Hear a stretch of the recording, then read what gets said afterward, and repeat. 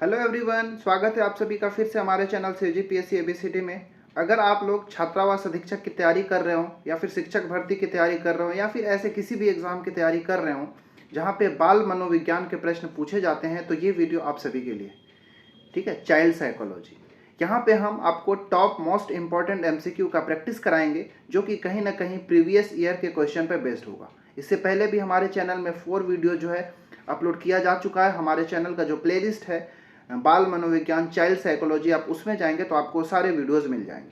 तो इस वीडियो के अंदर जो कि हमारा वीडियो नंबर 5 है, इसमें भी हम चाइल्ड साइकोलॉजी या कह लीजिए बाल मनोविज्ञान के मोस्ट इंपॉर्टेंट क्वेश्चंस को लगाएंगे। वीडियो को पॉज करना है और आपको टेस्ट को लगाना है कि आउट ऑफ जितने भी क्वेश्चंस हैं आपका कितना सही हो रहा है। चैनल में नए हैं तो हमारे चैनल को सब्सक्राइब जरूर कर लीजिए, वीडियो अच्छा लगे तो लाइक भी कर लीजिए, अपने दोस्तों के साथ शेयर भी जरूर कर सकते हैं, ठीक है। और हमारा जो टेलीग्राम चैनल है CGPSC ABCD का, आप उसको भी जरूर ज्वाइन कर लीजिए अगर आप CGPSC, CG व्यापम या फिर किसी भी एग्जाम की तैयारी कर रहे हो तो चलिए शुरू करते हैं आज की वीडियो को और बढ़ते हैं पहला प्रश्न की ओर। क्वेश्चन नंबर 1 है आप सभी के लिए। वीडियो को पॉज करेंगे, उत्तर देने की कोशिश करेंगे कि शिक्षा मनुष्य में पहले से विराजमान पूर्णता का आविर्भाव है। यह कथन किसके द्वारा कहा गया है, जो कि एक मोस्ट इंपॉर्टेंट क्वेश्चंस के अंतर्गत आता है। महात्मा गांधी ने कहा था या रविन्द्रनाथ टैगोर ने कहा था, स्वामी विवेकानंद ने कहा था या फिर श्री अरविंदो ने कहा था? किसने कहा था इस स्टेटमेंट को?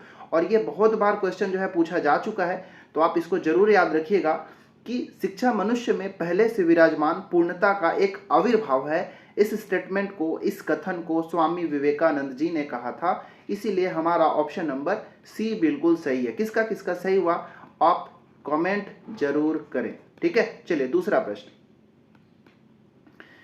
प्रश्न है आप सभी के लिए कि शिक्षा मनुष्य के अंतर्निहित पूर्णता की अभिव्यक्ति है। यह परिभाषा किसने दी थी? महात्मा गांधी ने, पंडित मदन मोहन मालवीय ने, स्वामी विवेकानंद ने या श्री अरविंदो ने? एक चीज याद रखिएगा, मैक्सिमम में ऐसा चांस रहेगा कि जहां पे जिस स्टेटमेंट के अंतर्गत पूर्णता शब्द अगर दिख जाए तो उसको आप आंख बंद करके, अगर आपको आंसर नहीं आता और आप रिस्क लेना चाहते हैं, तो पूर्णता जहां भी दिख जाए उस स्टेटमेंट में, तो आप क्या करिएगा, स्वामी विवेकानंद मार दीजिएगा। हमारा ऑप्शन नंबर सी बिल्कुल सही होगा। शिक्षा मनुष्य की अंतर्निहित पूर्णता का अभिव्यक्ति है। यह कथन जो है स्वामी विवेकानंद जी के द्वारा दिया गया था, ठीक है। चलिए तीसरा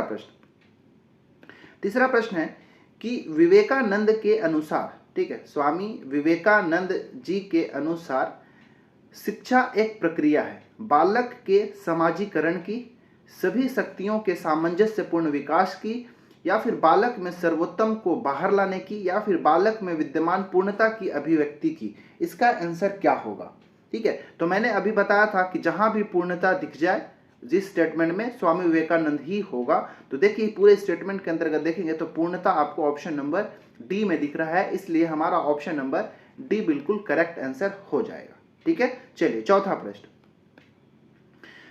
प्रश्न है कि शिक्षा के व्यक्तिगत एवं सामाजिक उद्देश्यों के समन्वय पर किसने बहुत अधिक बल दिया है? मतलब ये चारों में से किसने कहा है कि जो शिक्षा के व्यक्तिगत एवं सामाजिक उद्देश्यों का समन्वय होना चाहिए, ये दोनों के समन्वय के बीच में समन्वय बनाए रखने के लिए, व्यक्तिगत और सामाजिक उद्देश्य को पूरा करने के लिए किसने बहुत अधिक बल दिया है? तो ये क्वेश्चन इंपॉर्टेंट हो जाता है, इसलिए आप नोट करके सारे क्वेश्चन को जरूर रखें। महात्मा गांधी, रूसो, स्वामी विवेकानंद या फिर जॉन डीवी, किसने इस स्टेटमेंट को दिया है और किसने कहा है कि सामंजस्य होना बहुत आवश्यक है? ऑप्शन नंबर डी बिल्कुल सही आंसर है, option number D John Dewey, ठीक है। चलिए पांचवा प्रश्न है कि शिक्षा व्यक्ति का पूर्ण विकास है। यह कथन किसने कहा था? अरस्तु ने, कामोनियस आई थिंक, ठीक है, कामोनियस है, रेमेंट या फिर टीपी नन? किसके द्वारा यह कहा गया कि शिक्षा व्यक्ति का पूर्ण सिद्धांत है? देखिए जितना भी मैं क्वेश्चन करा रहा हूं और जो स्टेटमेंट जहां पे मैं करा रहा हूं कि ये स्टेटमेंट किसने कहा था, तो स्टेटमेंट वाले क्वेश्चन को आप एक जगह नोट करके जरूर रखें और उसको एक ही पेज में लिखने की कोशिश करिए ताकि एग्जाम से पहले एक बार रिवाइज करके जाएं, क्योंकि स्टेटमेंट बेस्ड क्वेश्चन हमेशा पूछे जाते हैं। तो शिक्षा व्यक्ति का पूर्ण विकास है, यह कथन जो है ये टीपी नन के द्वारा दिया गया था। ऑप्शन नंबर डी बिल्कुल सही है, टीपी नन ने ऐसा कथन कहा था, ठीक है। चलिए छठवां प्रश्न है कि किसने कहा था कि शिक्षा वह प्रक्रिया है जो बालक की आंतरिक शक्तियों को बाह्यतम बनाती है। ये एक इंपॉर्टेंट कथन है, फिर से आपके लिए, इसको भी नोट करके रखिएगा। सुकरात ने, पेस्टोलॉजी, फ्रोबेल ने या फिर टीपी नन ने किसने कहा था? तो ये स्टेटमेंट फ्रोबेल के द्वारा दिया गया था। ठीक है, ऑप्शन नंबर सी सही है। फ्रोबेल ने कहा था कि शिक्षा एक ऐसी प्रक्रिया है जो बालक की आंतरिक शक्तियों को बाह्यतम बनाती है। मतलब जितने भी इंटरनल पावर्स होते हैं, जितना इंटरनल शक्तियां होती है बालक के अंदर, उसको बाहर की ओर उजागर करना ही शिक्षा कहलाता है। ठीक है, इनका मानना था कि जो शिक्षा होता है, वो जानकारी होती है, सभी के अंतर्गत होता है, लेकिन उसको बाह्यतम रूप लाना होता है, जिसको फ्रोबेल ने कहा था। ऑप्शन नंबर सी बिल्कुल सही है। चलिए, सातवां प्रश्न है कि किसका कथन है कि शिक्षा दर्शन का गत्यात्मक पहलू है। यह भी एक इंपॉर्टेंट है, यह भी स्टेटमेंट जो है बहुत ज्यादा इंपॉर्टेंट, इसको भी आप नोट करके रखेंगे। किसने कहा था? हर्बर्ट ने, जॉन डीवी ने, एडम्स ने या फिर प्लेटो ने? किसने कहा था कि शिक्षा दर्शन का गत्यात्मक पहलू है? किसके द्वारा कहा गया था, बताइए। इसका आंसर क्या है? तो एडम्स के द्वारा यह कथन कहा गया था। ऑप्शन नंबर सी बिल्कुल करेक्ट आंसर है। 6-7 में से आपका कितना सही हुआ कमेंट करके जरूर बताइए। चलिए, आठवां प्रश्न है कि किसने कहा था कि सामाजिक और व्यक्तिक शक्तियों का पुनर्जीवित करने की प्रक्रिया ही शिक्षा है। एक्चुअली में जो आज का क्वेश्चन मैं पूरा लिया हूं, मैक्सिमम क्वेश्चन जो है आपको शिक्षा वाला पार्ट से मिलेगा, जो कि बाल मनोविज्ञान का ही एक पार्ट है। ठीक है, चाइल्ड साइकोलॉजी के अंतर्गत ही। इसका अगर थ्योरी पार्ट पढ़ेंगे तो आपको बहुत अच्छे से क्लियर होगा, और मैं कभी लाने की कोशिश करूंगा। अभी मेरा पूरा मकसद है कि आपको एमसीक्यू का प्रैक्टिस कराऊं, जो कि प्रीवियस ईयर के बेस्ट क्वेश्चन हो और इंपॉर्टेंट हो, जो एग्जाम में पूछने की बहुत अधिक संभावनाएं होती है। ठीक है, क्योंकि हॉस्टल वार्डन में आपसे यहाँ से 10 प्रश्न पूछे जाएंगे। ठीक है, तो एक इंपॉर्टेंट हो जाता है। तो बताइए किसने कहा था सामाजिक और व्यक्तिक शक्तियों का पुनर्जीवित करने की प्रक्रिया ही शिक्षा है? कमेनियस, जॉन मिल्टन, प्लेटो या फिर महात्मा गांधी? किसके द्वारा यह कथन जो है कहा गया था, बताइए। इसका आंसर ऑप्शन नंबर ए बिल्कुल सही है, कामेनियस के द्वारा कहा गया था। Option number A is the right answer of this question. ठीक है, चलिए, नौवां प्रश्न है आप सभी के लिए कि शिक्षा आधारभूत उद्देश्य है। शिक्षा आधारभूत उद्देश्य क्या है? शिक्षा का आधारभूत उद्देश्य क्या होना चाहिए? ज्ञान प्राप्त करना, व्यक्ति का विकास करना, परीक्षा उत्तीर्ण कर उपाधि प्राप्त करना या फिर किसी व्यवसाय हेतु तैयार करना? बताइए कि जो शिक्षा है उसका मुख्य रूप से आधारभूत उद्देश्य क्या होना चाहिए? क्या ज्ञान प्राप्त करना होना चाहिए, व्यक्ति का विकास होना चाहिए, परीक्षा उत्तीर्ण करके? शिक्षा तो बहुत लोग करके बैठे हुए हैं परीक्षा उत्तीर्ण करके, तो उससे क्या होने वाला है? व्यवसाय तो कोई भी कर सकता है, बिना पढ़ा लिखा भी कुछ ना कुछ व्यवसाय करता है। इसका बेसिक जो फंडामेंटल जो ऑब्जेक्टिव होता है शिक्षा का, वो क्या होना चाहिए, आपसे ये पूछा गया।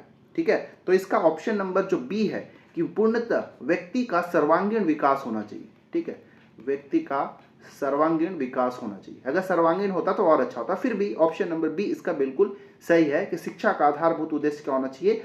व्यक्ति का विकास होना चाहिए। देखिए, बहुत सारे ऐसे क्वेश्चन होंगे जो आप खुद ही बना सकते हैं। थोड़ा सा ऑप्शंस को ध्यान से अगर पढ़ेंगे तो आपका आंसर वहां से खुद ही निकल के आ जाएगा। तो option number B correct answer था। चलिए,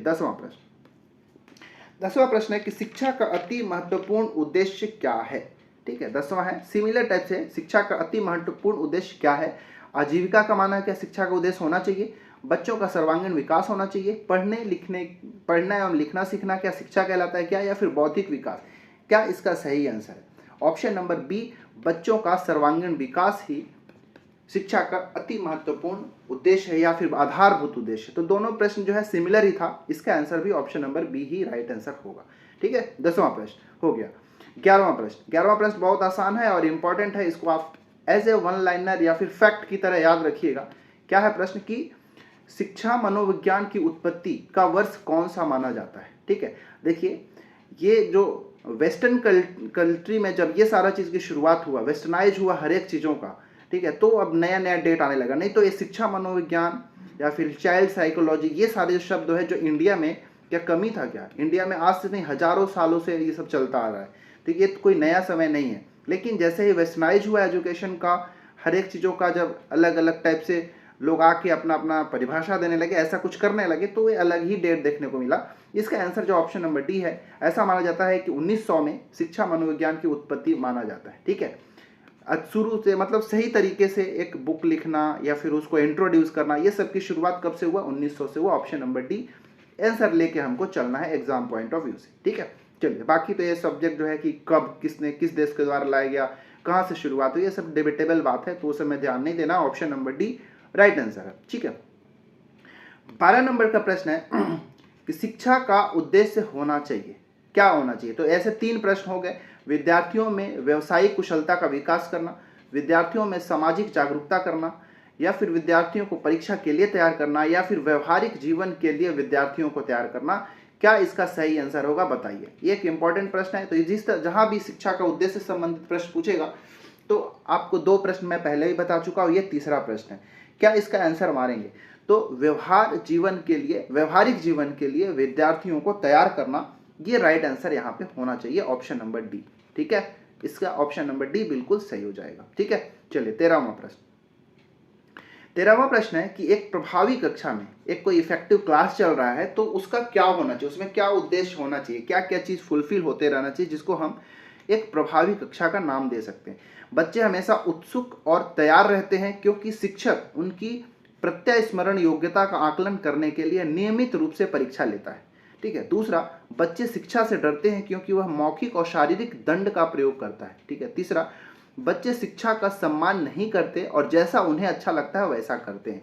या फिर चौथा, बच्चे अपने अधिगम बनाने के लिए मार्गदर्शन एवं सहयोग हेतु शिक्षक से सहायता लेते हैं। एक प्रभावी कक्षा आप चारों में से किस तरह के क्लास को कहेंगे। ऑप्शन नंबर डी बिल्कुल राइट आंसर हो जाएगा, क्योंकि हम एक प्रभावी कक्षा उसी को मानेंगे जिसमें बच्चे जो है सीखने के लिए, लर्निंग करने के लिए अपना जो शिक्षक होगा उससे मार्गदर्शन लेगा, उससे सहयोग प्राप्त करेगा। इसीलिए हमारा ऑप्शन नंबर डी ही बिल्कुल राइट आंसर होगा, ठीक है, ठीक है। चलिए 14वां नंबर 14th प्रश्न है आप सभी के लिए कि किसके अनुसार, किसने कहा था कि मनोविज्ञान मानव प्रकृति का अध्ययन है। तो ये भी एक स्टेटमेंट बेस्ड क्वेश्चन हो गया, तो आप इसको भी नोट करके जरूर रखिएगा। अभी तक 6 से 7 जो स्टेटमेंट बेस्ड क्वेश्चन मैंने यहाँ पे बताया। स्टीफन ने कहा था, ब्राउन ने, बोरिंग ने, या फिर वाटसन ने, किसके द्वारा मनोविज्ञान मानव प्रकृति का अध्ययन है। तो बोरिंग जी कह रहा, ठीक है। ऑप्शन नंबर सी बिल्कुल सही है, बोरिंग ने यह स्टेटमेंट दिया था, ठीक है। चलिए 15 नंबर का प्रश्न, 15वां प्रश्न है आप सभी के लिए स्क्रीन पर कि बाल मनोविज्ञान के आधार पर कौन सा कथन जो है सर्वोत्तम है, कौन सा कथन जो है सबसे अच्छा है बाल मनोविज्ञान के आधार पर। सारे बच्चे एक जैसे होते हैं, प्रत्येक बच्चा विशिष्ट होता है, कुछ बच्चे विशिष्ट होते हैं, या फिर कुछ बच्चे एक जैसे होते हैं। क्या इसका राइट आंसर होगा, ठीक है। एक इंपॉर्टेंट प्रश्न है, आसान है और प्रीवियस ईयर क्वेश्चन पूछा जा चुका है, इसलिए आंसर जो इसका होगा। ऐसे भी आप सोच सकते हैं कि जितने भी बच्चे होते हैं उनमें सिमिलरिटी तो होता नहीं, कुछ स्पेसिफिकेशन जरूर होता है, कुछ उसमें डिफरेंस जरूर होते हैं। ऑप्शन नंबर बी बिल्कुल सही होगा कि प्रत्येक बच्चा विशिष्ट होते हैं, एवरी चाइल्ड इज स्पेसिफिक, ठीक है, विशिष्ट होते हैं, इस चीज को याद रखना है। ऑप्शन नंबर बी बिल्कुल सही आंसर है, ठीक है। चलिए 16 नंबर का प्रश्न, 16वां प्रश्न है कि मनोविज्ञान शिक्षा का आधारभूत विज्ञान है, यह कथन किसके द्वारा। यह भी एक इंपॉर्टेंट कथन है, कई बार पीछे पूछा जा चुका है। बी.एन. झा ने कहा था, स्किनर ने कहा था, डेविस ने कहा था, या फिर वुडवर्थ ने कहा था, किसने कहा था। तो मनोविज्ञान शिक्षा का आधारभूत विज्ञान है, यह स्टेटमेंट जो है स्किनर के द्वारा दिया गया था। ऑप्शन नंबर बी बिल्कुल सही है, स्किनर ने स्टेटमेंट को कहा था, ठीक है। चलिए अब हम 17वें नंबर का प्रश्न आपके लिए स्क्रीन पर लाते हैं। 17 नंबर का प्रश्न है कि प्रयोजना सामाजिक वातावरण में पूर्ण संलग्नता से किया जाने वाला उद्देश्य पूर्ण कार्य है, किसका कथन है। यह कथन को याद रखिएगा, एज ए फैक्ट याद रखिएगा, वन लाइनर याद रखिएगा, और जहां पे स्टेटमेंट आप नोट कर रहे हैं वहां भी लिख के रखिएगा। प्रयोजना सामाजिक वातावरण में पूर्ण संलग्नता से किया जाने वाला उद्देश्य पूर्ण कार्य है, किसने कहा था। एस.सी. पार्कर ने, जे.ए. स्टीवेंसन ने, W.H. किलपैट्रिक ने, या फिर जॉन डेवी ने, किसने कहा था। तो ऑप्शन नंबर सी बिल्कुल सही है, W.H. किलपैट्रिक के द्वारा यह कथन कहा गया था। ऑप्शन नंबर सी बिल्कुल राइट आंसर है और एक अच्छा प्रश्न है, ठीक है, इंपॉर्टेंट प्रश्न है, इसलिए आप इसको भी याद रखिएगा। चलिए 18 नंबर का प्रश्न, 18वां प्रश्न है लेव वाइगोत्स्की, ठीक है, लेव वाइगोत्स्की के अनुसार संज्ञानात्मक विकास का मूल कारण क्या है, ठीक है। नाम याद रखिएगा वैज्ञानिक का, मनोवैज्ञानिक का, लेव वाइगोत्स्की, ठीक है। लेव वाइगोत्स्की के अनुसार संज्ञानात्मक विकास का मूल कारण क्या होता है। संतुलन, सामाजिक अन्योन्य क्रिया, मानसिक प्रारूपों का समायोजन या उद्दीपक अनुक्रिया युग्मन। क्या इसका सही आंसर है? तो देखिए, लेव वाइगोत्स्की ने कहा था कि संज्ञानात्मक विकास तभी हो सकता है जब किसी बच्चे के अंदर सामाजिक अन्योन्य क्रियाएं संभव हो। ठीक है, जब वो समाज के अंतर्गत रहता हो, समाज से कुछ सीखता हो, वहाँ पे समाज के साथ उनका जो इन्फॉर्मेशन का लेना देना ये सब चलता है, अन्योन्य क्रियाएं होती है, तभी संज्ञानात्मक विकास संभव होता है। ऑप्शन नंबर बी बिल्कुल सही है। तो 18 प्रश्नों को हमने अभी तक देख लिया है। चलिए आगे हम 19वां प्रश्न को आपके सामने लाते हैं। 19वां प्रश्न है कि राष्ट्रीय जीवन में शिक्षा का क्या कार्य होता है। ठीक है, एक इंपॉर्टेंट प्रश्न है, एक कॉमन बेस्ड सेंस वाला क्वेश्चन होता है कि राष्ट्रीय जीवन में शिक्षा का क्या कार्य होना चाहिए। अंतर्राष्ट्रीय महत्व का बोध होना चाहिए, विवेक का वृद्धि होना चाहिए, वाणिज्य में समझ होना चाहिए, या फिर राष्ट्रीय संस्कृति की एकता को बनाए रखना। क्या इसका राइट आंसर होना चाहिए? ठीक है, ऑप्शन नंबर डी बिल्कुल सही होगा। राष्ट्रीय संस्कृति की एकता को बनाए रखना ही हमारा राष्ट्रीय जीवन में शिक्षा का सबसे महत्वपूर्ण कार्य होता है। ऑप्शन नंबर डी हमारा बिल्कुल सही है।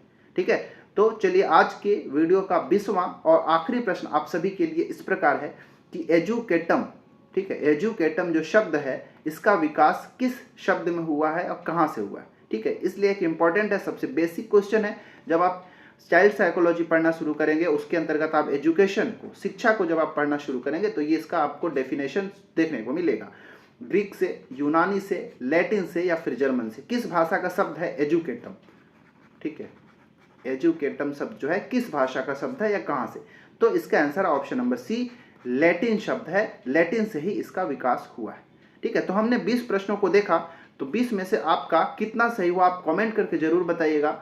वीडियो क्या अच्छा लग रहा है वो भी कमेंट करके बताइएगा, ताकि मैं आगे भी वीडियो जो है आपका इसी तरीके से लेकर आऊँ, ताकि आपका जो है प्रिपरेशन बहुत अच्छे से हो सके। ठीक है, हमारे चैनल में अगर आप हॉस्टल वार्डन की तैयारी कर रहे हो तो मैथ्स के भी वीडियोज़ हमारे चैनल में अवेलेबल हैं, कंप्यूटर के वीडियोज़ भी मैं ला रहा हूँ, और साथ ही साथ सामान्य ज्ञान जिससे आपसे 15 नंबर के प्रश्न पूछे जाएंगे छात्रावास अधीक्षक में, तो उसके लिए मैं एक सेपरेट टेस्ट सीरीज चला रहा हूं, तो आप उसको भी जाके जरूर देखिएगा। ठीक है, वीडियो अच्छा लग रहा हो तो लाइक कर लीजिएगा, शेयर भी कर दीजिए दोस्तों के साथ, सब्सक्राइब कर लीजिए हमारे चैनल को, ताकि हमारा फैमिली जो है और अधिक बढ़ सके। हमारे चैनल में भी 11K सब्सक्राइबर हैं, इसको जितना जल्दी हो सके हम और बढ़ाएं। इससे हमारा ये होता है कि हम ज़्यादा लोग जब जुड़ते हैं तो हमको एक मोटिवेशन फील होता है, हमारा भी मेंटल पीस थोड़ा सा बढ़ते हैं। ठीक है, तो आप कोशिश करें कि इसको शेयर जरूर करें और सब्सक्राइब हमारे चैनल को जरूर कर लें। ठीक है, चलिए मिलते हैं किसी और वीडियो में, इसमें तब इतना ही, तब तक के लिए धन्यवाद।